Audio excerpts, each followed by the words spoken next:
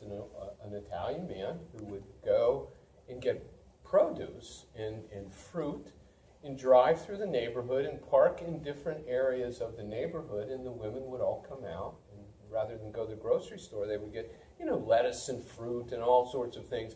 And sometimes that huckster would also have things like cameras, cigarettes, tennis rackets, and other contraband to sell as well. And so this is called the huckster. The women on Prince and Omega Streets flocked to De Domini's field when Cesare, Caesar, the gypsy huckster, arrived in his bright red pickup spilling gorgeous produce.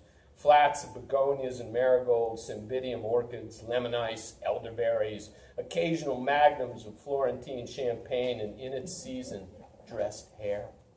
He looked like Paladin, Caravaggio, would eye hanging on a fender, stealing green grapes recognized as a cruel face, filthy with stubble, rakish, silent, moving mustache, his every move exquisitely choreographed as if a wizard, spinning out of thin air apricots, nectarines, peaches with the complexion of Irish girls, though dressed like an Abruzzi peasant, white kerchief tied at his neck, gold crucifix on his chin, black fedora, knife Johns on Lorimer Avenue over cards and girls.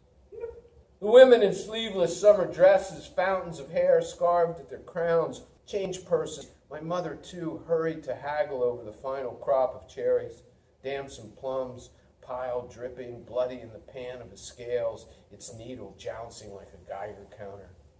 Once he had them in his sway, he revealed his cache of dirt cheap hot cigarettes, transistor radios, record albums, the silk stockings he withheld until the last, as if he'd conjured them, and they possessed the power to turn our mothers into queens. He'd open a package, tear out a flimsy gauntlet, rustle his fist through its mouth, and sheath it up his rippling arm. Through the transparent weave, thick black hairs magically sprouted, as if proving his powers, especially over women, that he could make anything happen. Bargains, unimaginable luxury, transform a huckster's arm into the carnal leg of a beast. Shuffletown. In Shuffletown, Joan and I lived in a tiny yellow cottage with floor-to-ceiling windows along its southern face.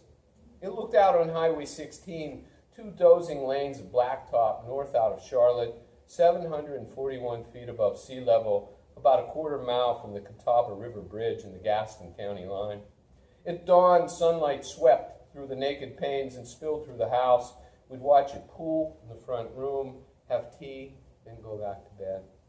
When we woke, we hiked down to the river and floated on cheap blow-up rafts. On the water loomed Laura's Roselle house, a mammoth antebellum 3-story shotgun house, where you sat at a table with strangers and ate off the same platters: fried chicken, country ham, red-eye gravy, crabapple jelly, cathead biscuits. The famous Shuffletown dragway was a quarter-mile south. Every night we heard its revving engines and the whistle of burning rubber, and in the lone autumn and winter we hid out in Shuffletown, glimpsed through the stripped trees the burning headlights of the jacked-up suicidal Falcons and Chevy Tubes. We were happy living in Shuffletown, renting by the month for $165. No one knew who or where we were.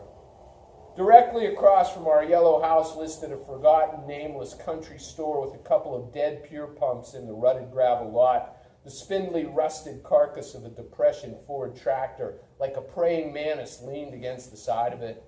On the other side, a rotted, sooty bay, years of grease on its black, kaleidoscopic floor, out of which launched towering sunflowers.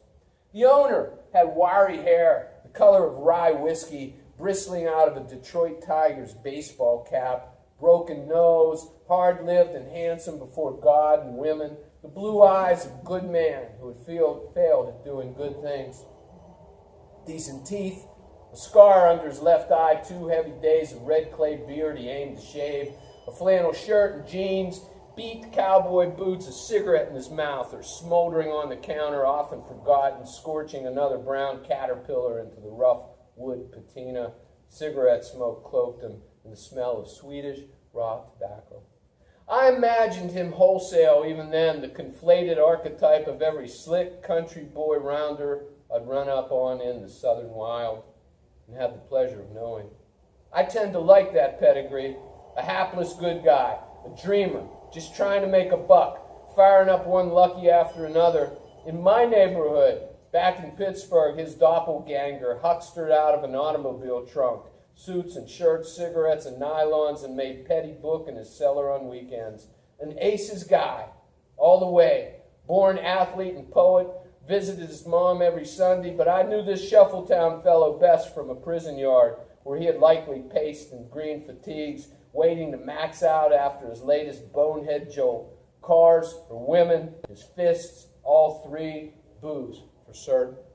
This fellow sold cigarettes, hoop cheese and slab bacon, pork rinds and crackers, sodas and beer, big yellow net sacks of roasted Georgia peanuts, STP, Pennzoil, maple syrup, chow chow, this and that, whatever he latched onto in one of his quests, tack, even a couple of saddles, live bait, a pinball machine. One of the tired books in his short shelf he had for sale was A Farewell to Arms. He carried fruitcakes and beautiful packs of bicycle playing cards in blue and red paisley packages. All of it, as if he had salvaged of another senescent store its inventory moments before its evanescence and simply threw on his floor and counters its estate. A gauze of dust shrouded everything. I liked it, and I think he liked me, as if I were an outlaw too. I felt at the time I was and wanted more than anything to be anonymous. And he understood that, like him, I toted my own trove of secrets, that I'd never make trouble for him. I didn't have a warrant on me, but he might have. He had no name, though surely we introduced ourselves, but just as likely not. He was 50, I was 27, and pined more than anything to be a writer. We'd exchange pleasantries. Weather, how you getting along, have a good one, yes sir. The parsed-out code of anonymity, live and let live, let the dead bury the dead. Neither of us wanted trouble. We were united in this. I paid him for miraculous six-packs of Carling Black Label. He pulled near frozen from under the counter, upon which perched like a griffin an ancient 65-pound battered chrome Burroughs cash register. Of course, he didn't have the proper documents to sell me beer, but I reckon, along with what regard he may have had for me, he figured me as well for a rube, an unwashed Yankee boy who didn't know any better. I hadn't been in the South long, and my inflection betrayed me, and I was glad to play along for beer and wise potato chips and candy bars just across the scored blacktop from our pretty little house that no one at all knew about. Joan and I were his only customers. He called her little lady and was sweet on her.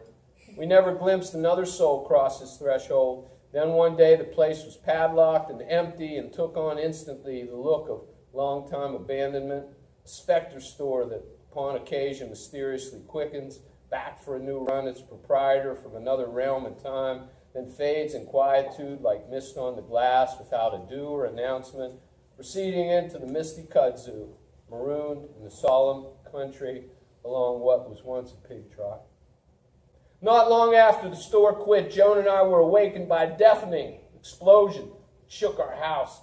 When I opened my eyes, the room was white with unearthly light, then went black like the switch on the world had been yanked. I was certain we'd been bombed. Joan woke crying, scrabbling in the pitch for her gown, tangled in the bedclothes. I hustled her out of bed through stinking clouds of smoke, out the front door into a tempest crackling with electricity. A massive pine tree lay across the hood of our 66 Fairlane. We stood in the deluge holding each other, the haunted store across 16 flickering spastically in the voltage like a holograph. We went back in the house. I grabbed a flashlight. The house smelled charred and smoky, but there was no fire. The switch plates and receptacles had been blasted from their moorings. The walls were scorched. The light fixtures had detonated. Glass strewn across the floor. We'd been struck by lightning. It was in the living room of the Yellow House, December 8th, 1980. I was watching Monday Night Football when Howard Cosell banded his brilliant play-by-play and broke to the world in stricken theatrical voice the heart-stopping news that John Lennon had been shot 4 times in the back. It was the Feast of the Immaculate Conception. The store had been closed for months by then. Eventually, we were evicted.